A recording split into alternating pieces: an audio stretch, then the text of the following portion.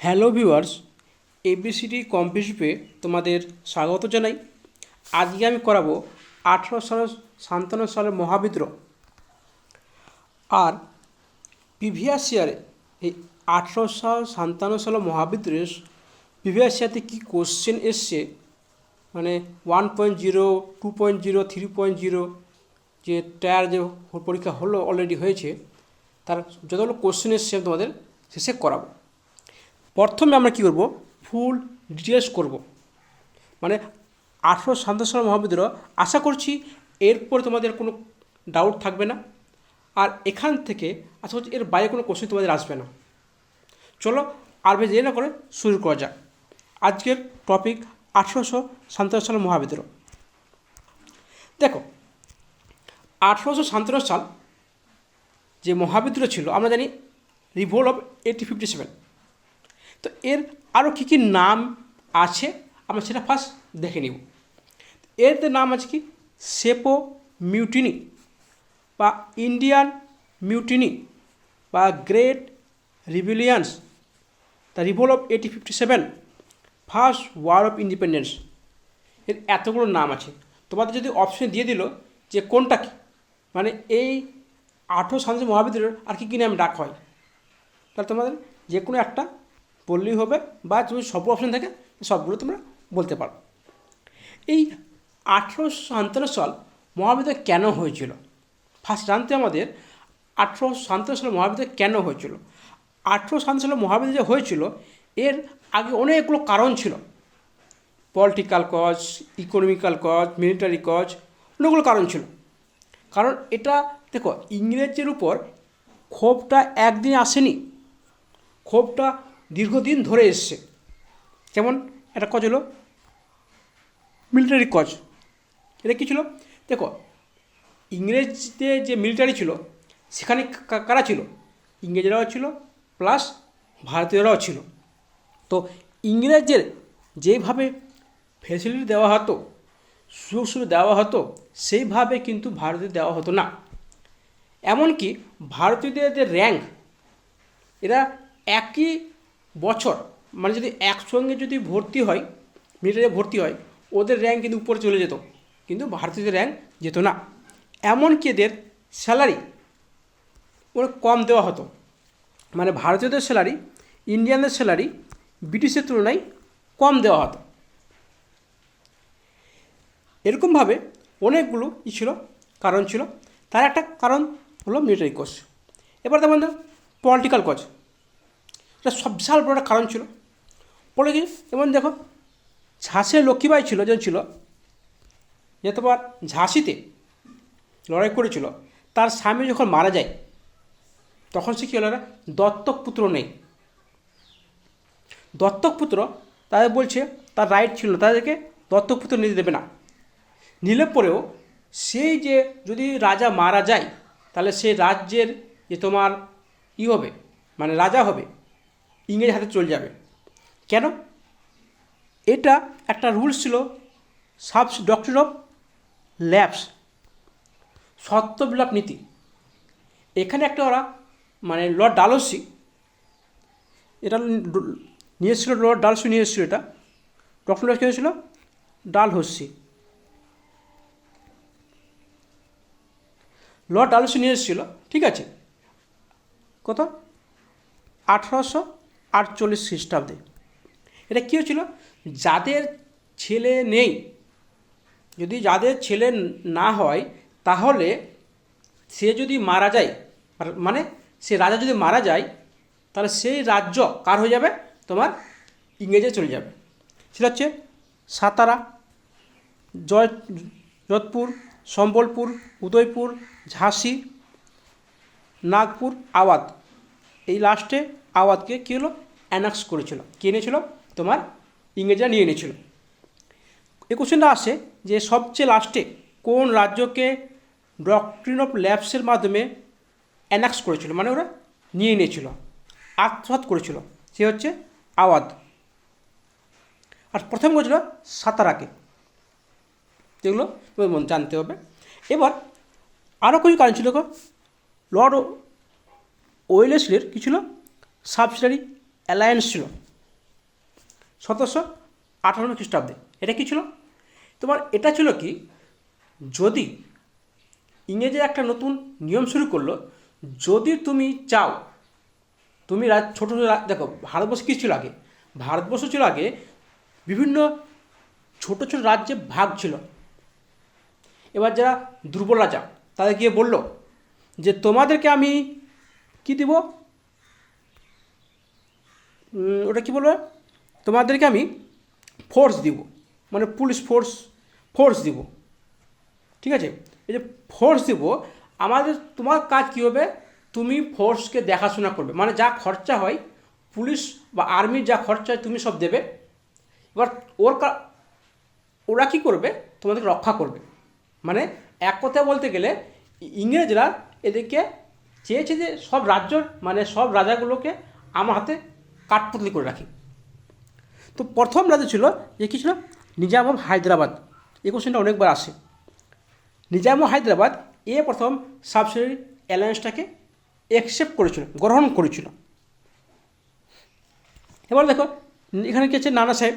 নানা সাহেব কি ছিল, পেশোয়া বাজিরাও দ্বিতীয় পুত্র ছিল। নিজের পুত্র ছিল না, ও দত্তপুত্র ছিল, মানে অ্যাডপ্টেড করেছিল কে, পেশোয়া বাজিরাও। যখন মারা যায় তো নানা সাহেবকে কী হয়, পেনশন দেওয়া হয় না। কেন পেনশন দেওয়া হয় না? কারণ সে দত্তক পুত্র, সে নিজের পুত্র নয়। এই কারণে তাদের কিন্তু বিশাল বড় একটা ক্ষোভ ছিল। আদার্স দেখে কী বলছে এখন, কী বলছে, সোশ্যাল এবং রিলিজিয়াস কারণ। সোশ্যাল কারণ কী ছিল, এই যে এখানে দেখো কী হতো, তোমার যখন ইংরেজরা যে ভারতবর্ষে আসতো, তো ওরা 1813 সালে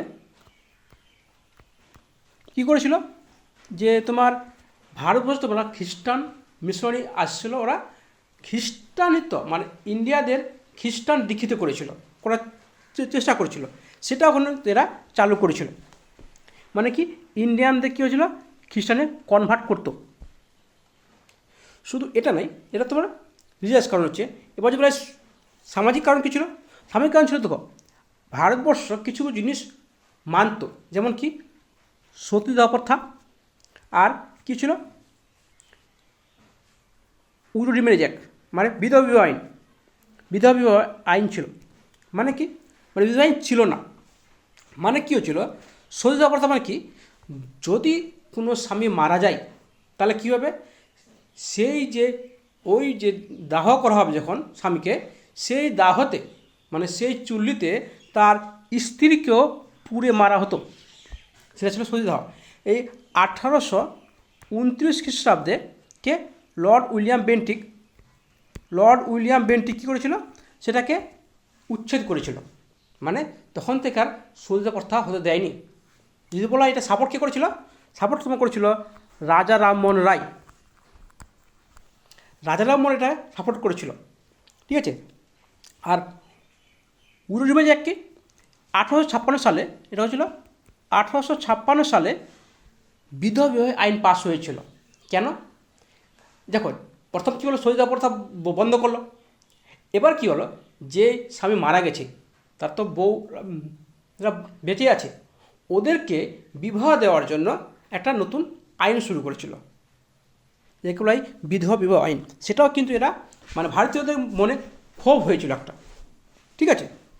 এবার সব লাস্টে আসুক কি, ইমিডিয়েট কজ, মানে তাৎক্ষণিক কারণ কী ছিল। যদি বলা হয় ইমিডিয়েট কজ ছিল, মানে তাৎক্ষণিক কারণটা কী ছিল, সেটা জানতে কি, সেটা সবচেয়ে বড় কারণ ছিল কি, এনফিল্ড রাইফেল। এটা কী ছিল, বলছে যে এনফিল্ড রাইফেলে গরু এবং শুয়োরের চর্বি লাগানো ছিল। গরু এবং শুয়োরের চর্বি, fat of cow and pig, গরু এবং শুয়োরের চর্বি মেশানো কার্তুজ ছিল। আর এই কার্তুজে কী করাতো, মুখে ছিঁড়াতো, মুখে ছিঁড়ে ওকে ঢোকানো হতো। তো এখানে কি হয় দেখো, হিন্দুদের গরু খায় না, মুসলিমরা শুয়োর খায় না। সেখানে কী হলো, এটা ধর্মে আঘাত বিশাল লেগেছিল। এই সবচেয়ে বড় কারণ ছিল এটা, গরু এবং শুয়োরের চর্বি মেশানো এনফিল্ড রাইফেল, মানে কার্তুজ যেটা ছিল, যেটা কার্তুজ বলা হয়, কার্তুজ।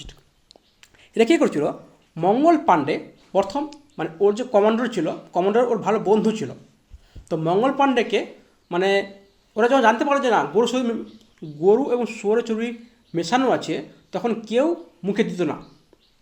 যেহেতু ও বলেছিল, কমান্ডারও বলেছিল যে না কিছু নেই, তো মঙ্গল পাণ্ডে সেটা বিশ্বাস করেছিল। তো 28 মার্চে সেটা ও কার্তুজটা কেটেছিল।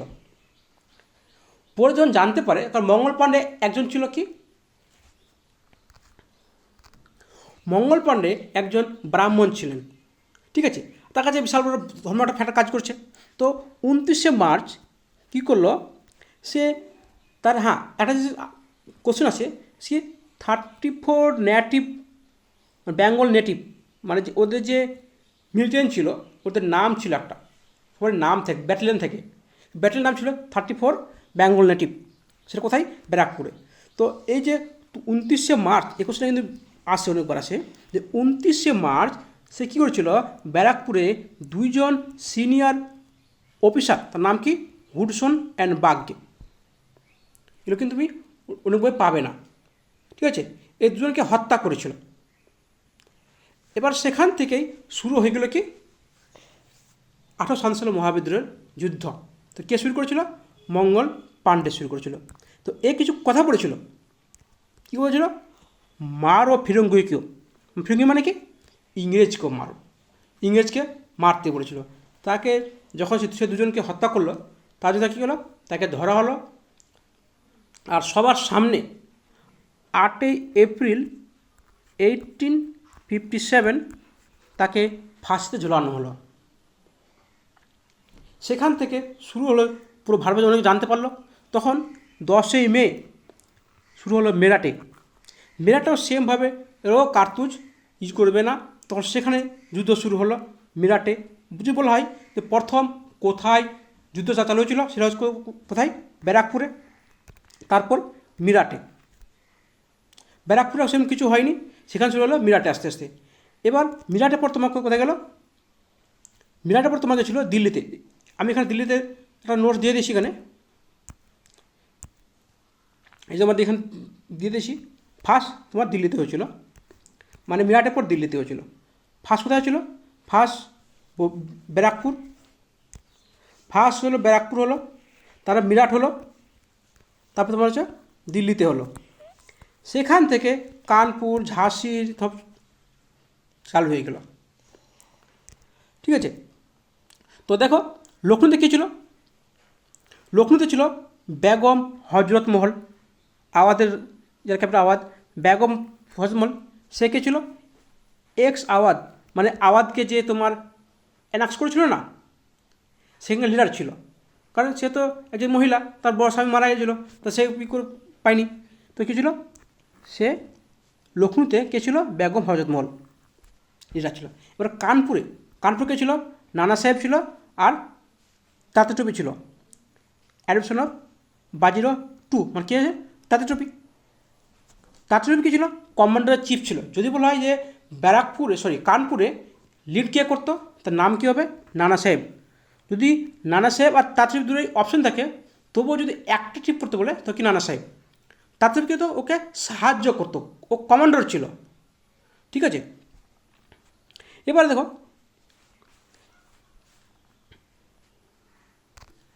পরে কী হচ্ছে, নানা সাহেব কী হচ্ছে, পালিয়ে যাচ্ছে, কিন্তু তাঁতের টুপি কী করছে, সেটাকে কন্টিনিউ করে যাচ্ছে। তাঁতের টুপি শুধু এখানে নয়, তাঁতের টুপি সব লাস্টে এখানে ও কী হচ্ছে, গোয়ালিয়র একটা আছে, গোয়ালিয়র,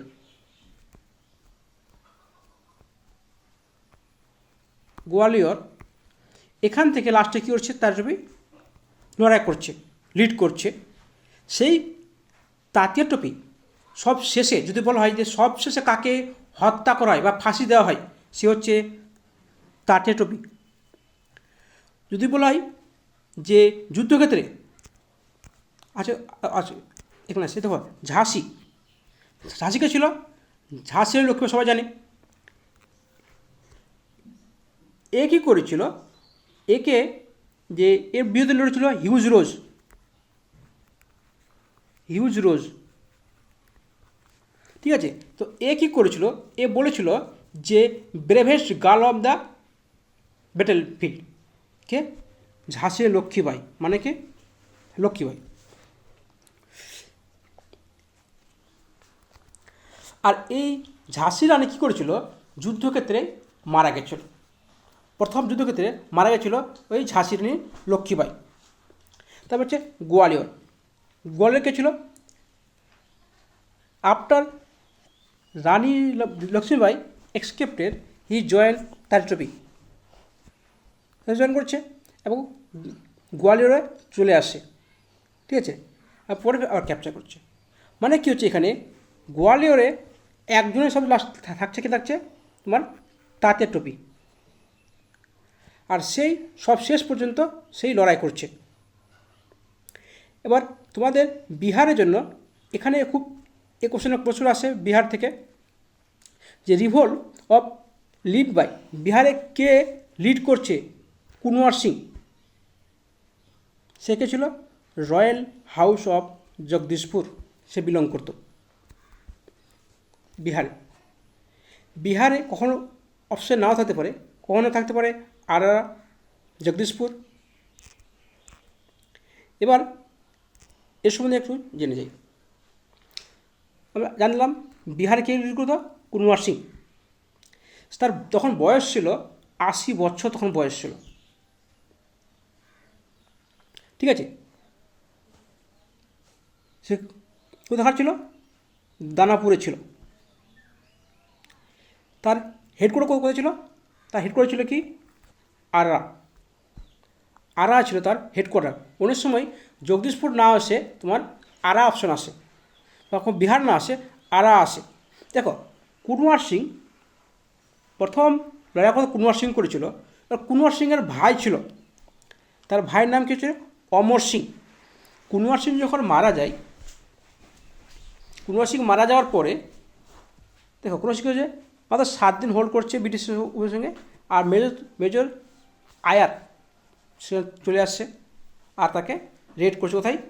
জগদীশপুরে। কুনওয়ার সিং মারা যাচ্ছে। এমনি আমাদেরকে এখানে যেটা জানতে হবে, আমাদের কি সর্বশেষ যেটা জানতে হবে সেটা হচ্ছে কুনওয়ার সিং যখন মারা যায় তখন তার ভাই অমর সিং, দেখো তার ভাই অমর সিং কী করছে? তার জায়গায় লড়াই করছে। আর কুনওয়ার সিংয়ের সঙ্গে তার যে কমান্ডার চিফ ছিল কে? হরকিষণ সিং।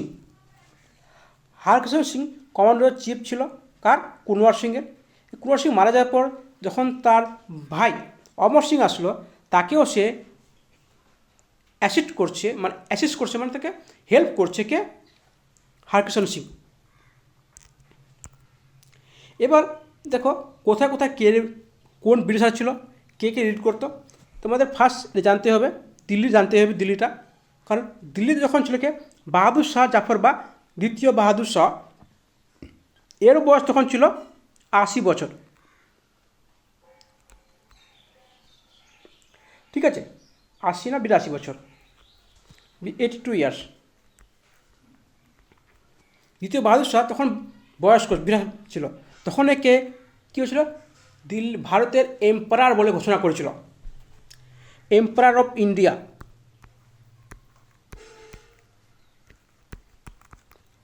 কে ছিল? দ্বিতীয় বাহাদুর শাহ বা বাহাদুর শাহ জাফর।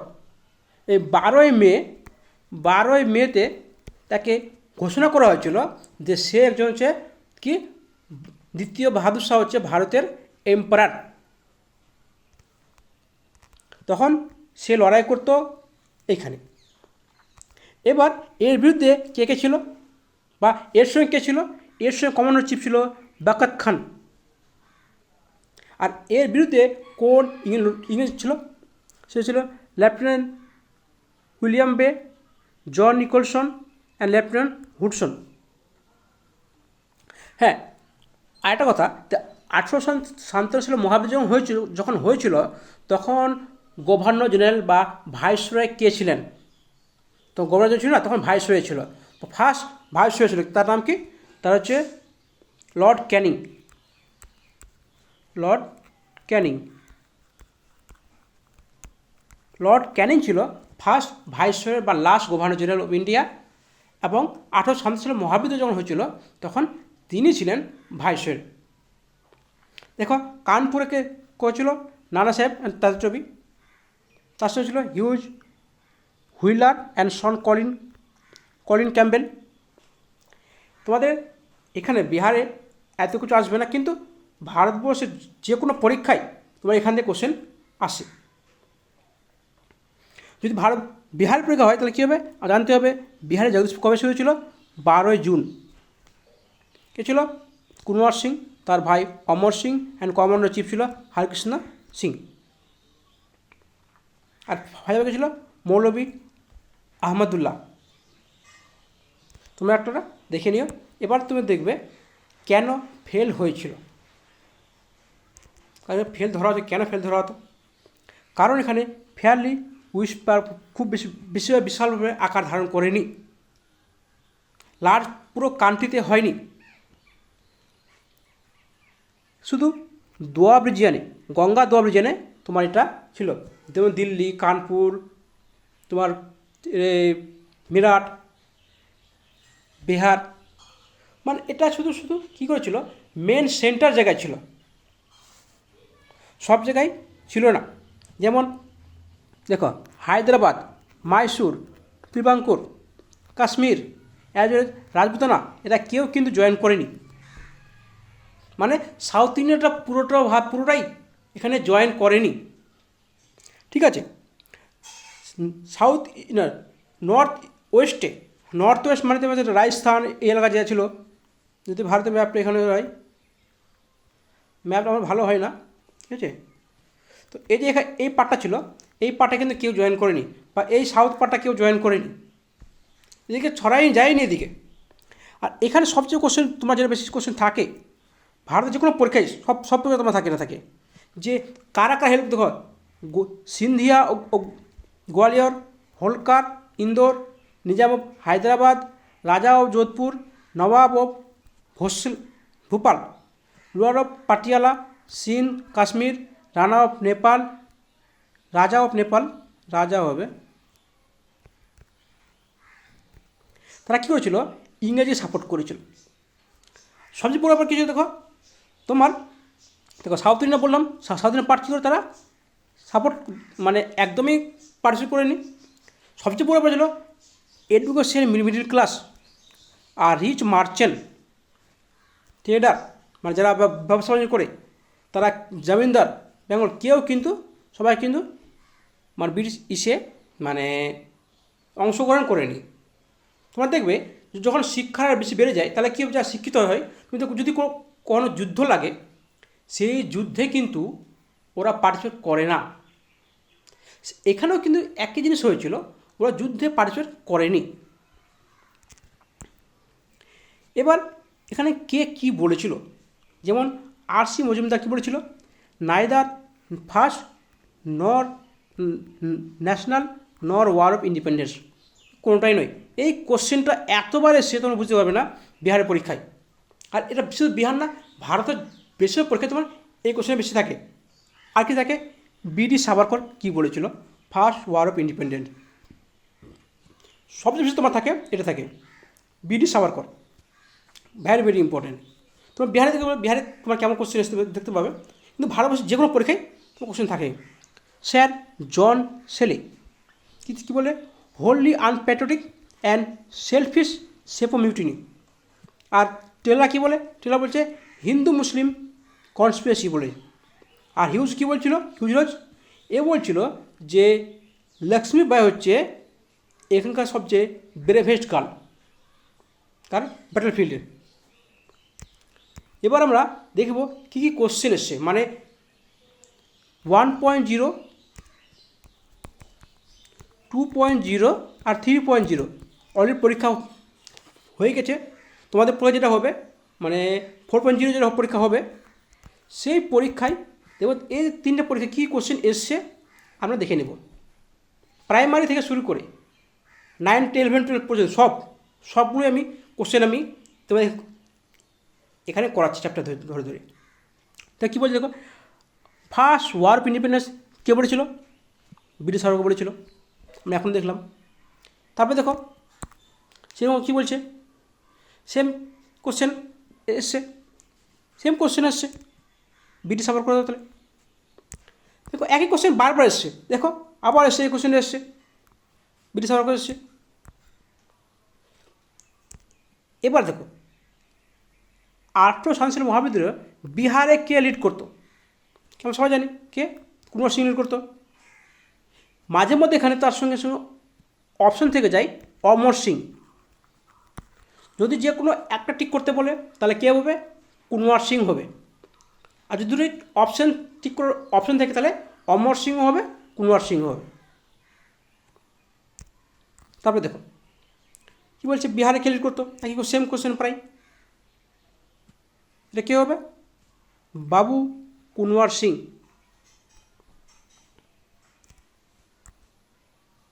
ফেরতে সেম কোশ্চেন কে এসেছিলো, কে হবে এটা?